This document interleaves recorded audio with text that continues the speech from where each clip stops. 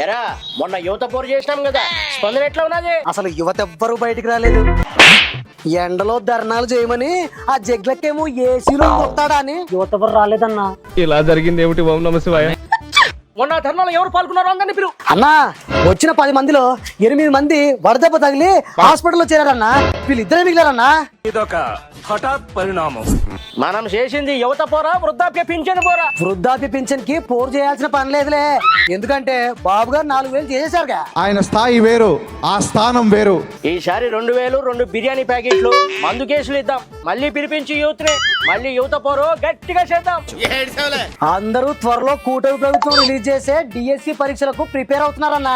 ఎవరు ఖాళీగా లేరు. అయితే ఈ ముసలోళ్ళకి విగ్గులు పెట్టి కుర్రాళ్ళుగా రెడీ చేయండి. ముందు మొన్నటి పేమెంట్ ఇవ్వవయ్యా. లేకపోతే పేమెంట్ పోరని నీ మీద ధర్నా చేస్తా.